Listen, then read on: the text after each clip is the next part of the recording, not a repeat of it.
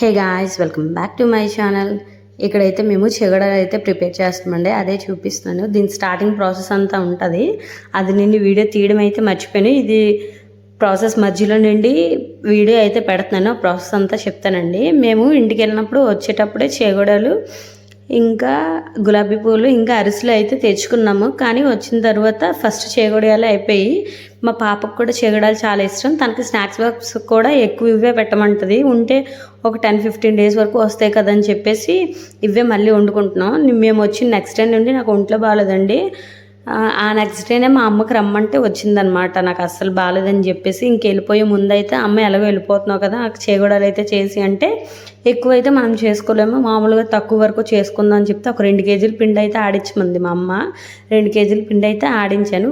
వీటికి ఫస్ట్ పొడి బియ్యం ఉంటాయి కదండి, పొడి బియ్యం ఏరుకొని వెళ్ళి మెత్తగా పిండి పట్టించేసి తెచ్చిన తర్వాత మిల్లులో కూడా ఏమైనా ఉంటాయి కదా, అందుకని చెప్పేసి పిండి అయితే జల్లించుకుని పక్కన పెట్టుకొని ఎన్ని గ్లాసుల పిండి అయిందో కొలుచుకోవాలి. 2 కేజీల పిండికి 8 గ్లాసుల పిండి అయితే వచ్చింది.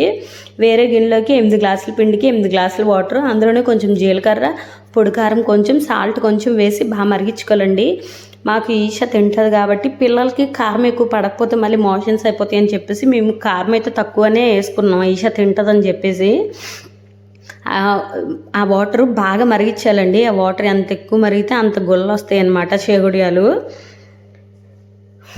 ఆ మరిగిన తర్వాత తెచ్చేసుకొని ఆల్రెడీ పిండి చల్లించి పెట్టుకుంటాం కదండి, అందులో ఆ వాటర్ వేసి కొద్దిగా వేస్తూ కలుపుతూ ఉండాలి. చూడండి, స్టార్టింగ్లో కలిపేది ప్రాసెస్ చూపించగలను కదా, అది ఆ వాటర్ అంతా సరిపోద్ది అనమాట. ఎంత వాటర్ అయితే ఎన్ని గ్లాసుల పిండి అయితే అంత వాటర్ తీసుకుంటే కరెక్ట్గా సరిపోద్ది. ఇంకా మిగలడం అనేది ఏమి ఉండదు. అలా కలుపుకుంటూ స్టార్టింగ్లో వేడిగా ఉంటుంది కదండి, అందుకని గరిటతో కలుపుకోలే, అట్లకాడతో కలిపింది మా అమ్మ. ఇంకా అలా కొంచెం గోరువెచ్చగా అయిపోయిన తర్వాత చేతితో దగ్గరికి ముద్దలాగా, ఓ చపాతీ ముద్దలాగా అంతా ఒక దగ్గరికి కలిపేసుకోవాలండి. దాన్ని చిన్న చిన్న బాల్స్లో చుట్టేసుకొని పామేసుకోవడమే. మా అమ్మ అయితే ఆ పిండి కలపడం తర్వాత ఉండలు చుట్టడం వరకు చేస్తుంది. మా చెల్లి ఉండలు చుట్టేసి అలాగే పామింది కూడా. వాళ్ళిద్దరూ ఉండలు చుట్టడంలో బిజీగా ఉంటే నేనైతే ఇక్కడ పాముతున్నాను. ఆ ఉండలు చుట్టిన ముద్దను తీసుకొని కిందన ప్లేట్ అయినా లేదంటే ఏదైనా ప్లేట్ అయినా పెట్టుకొని వాటిని పామేసి రౌండ్గా చెగొడియాల్లా చేసేసుకోవాలండి. మధ్యలో చేతికి అంటుకోకుండా ఆయిల్ మధ్యలో చేతికి అప్లై చేసుకుంటే సరిపోద్ది.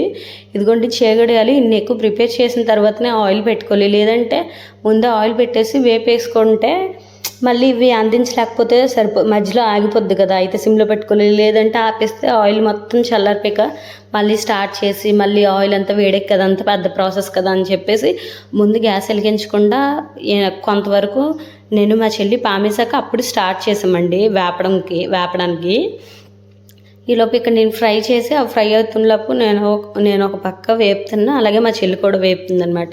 డీప్ ఫ్రైకి ఆయిల్ పెట్టేసుకొని ఒక 1 లీటర్ వేసాను, సరిపోలేదు. ఆల్రెడీ ఇంట్లో ఉన్నది అయితే వేసుకున్నాను. ఒక 1.5 లీటర్ వరకు ఆయిల్ అయితే వేసాను. అది బాగా మరిగిన తర్వాత ముందు ఆయిల్ హైలోనే పెట్టేసుకోవాలండి మరిగేదాకా. ఆ తర్వాత చేగొడియాలు వేసినప్పుడు మాత్రం సిమ్లో పెట్టుకొని వేయాలి, లేదంటే చూడండి ఎంతలా పొంగిపోద్ది అనమాట. సిమ్లో పెట్టుకొని చెగడాలన్నీ వేసిన తర్వాత మీడియం ఫ్లేమ్ టు లో ఫ్లేమ్లో పెట్టుకొని చెగడాలు డీప్ ఫ్రై చేయాలండి. లేదంటే మాత్రం హైలో పెట్టేసామంటే ఫాస్ట్గా కలర్ చేంజ్ అయిపోతాయి, కానీ లోపల అయితే అస్సలు వేగవు. ఇంతకుముందు నేను వేరే వండేటప్పుడు ఏ డీప్ ఫ్రై చేసినా కూడా మీడియం టు లో ఫ్లేమ్లో పెట్టుకోవాలి. నాకు తెలియక ఇంతకుముందు ఒక 2 టైమ్స్ ఫాస్ట్గా అయిపోయాను. గాబరా ఉంటుంది కదా, ఎంతసేపు ఉంటాం గ్యాస్ దగ్గర అన్నట్టు ఉంటుంది. హై ఫ్లేమ్లో పెడితే అస్సలు ఆగలేదనమాట. అందుకని చెప్పేసి ఇప్పుడు మాత్రం ఓపిక్గా సిమ్ టు లో ఫ్లేమ్లోనే లో ఫ్లేమ్ నుంచి మీడియం ఫ్లేమ్లోనే పెట్టుకుంటూ ఫ్రై అయితే చేశాను. అలాగా డీప్ ఫ్రై అయిపోయి అని మనకి ఎలా తెలుస్తుంది అంటే, ఆ బుడగలు చూడండి వస్తున్నాయి కదా, అలాగే కంప్లీట్గా తగ్గిపోతాయి అనమాట. అప్పుడు తీసి వేసేసుకోవడమే. మధ్యలో కలుపుతూ ఉండాలి, ఇటు టర్న్ చేస్తూ ఫుల్గా ఫ్రై చేసేసుకోవడమేనండి. అవి కొంచెం గోల్డెన్ బ్రౌన్ అవగానే తీసేయాలి బయటికి. అదిగోండి ఎంత మంచిగా ఫ్రై అయిపోయాయో. నేను ఫ్రై చేసేటప్పుడు స్టార్టింగ్ మొత్తం ఫ్రై చేసినప్పుడు వీడియో తీయడం అయితే మర్చిపోయాను. ఇంకా లాస్ట్ ఒక 2 ఆయిల్ ఉన్నాయి అన్నప్పుడు గుర్తొచ్చింది వీడియో తీయాలని చెప్పేసి, అప్పుడైతే వీడియో అయితే తీసానండి. ఇంక ఇదిగోండి ఇలాగైతే ఫ్రై చేసేసుకోవాలి. మరీ గుర్తుపెట్టుకోవాల్సింది ఏంటంటే అస్సలు హై ఫ్లేమ్లో పెట్టకూడదండి, మీడియం టు లో ఫ్లేమ్లో మాత్రమే పెట్టుకొని ఇవైతే చేయాలి.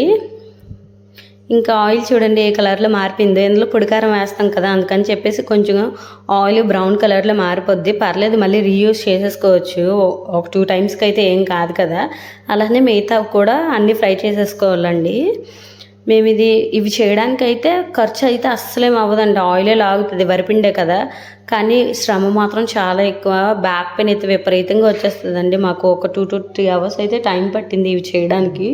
ఒక 2 కేజీల పిండికి అయితే ఇదిగోండి మొత్తం చేసేపాటికి ఈ 2 డబ్బాలకి వచ్చాయన్నమాట. 2 కేజీల పిండి చేగొడియాలు చేస్తే.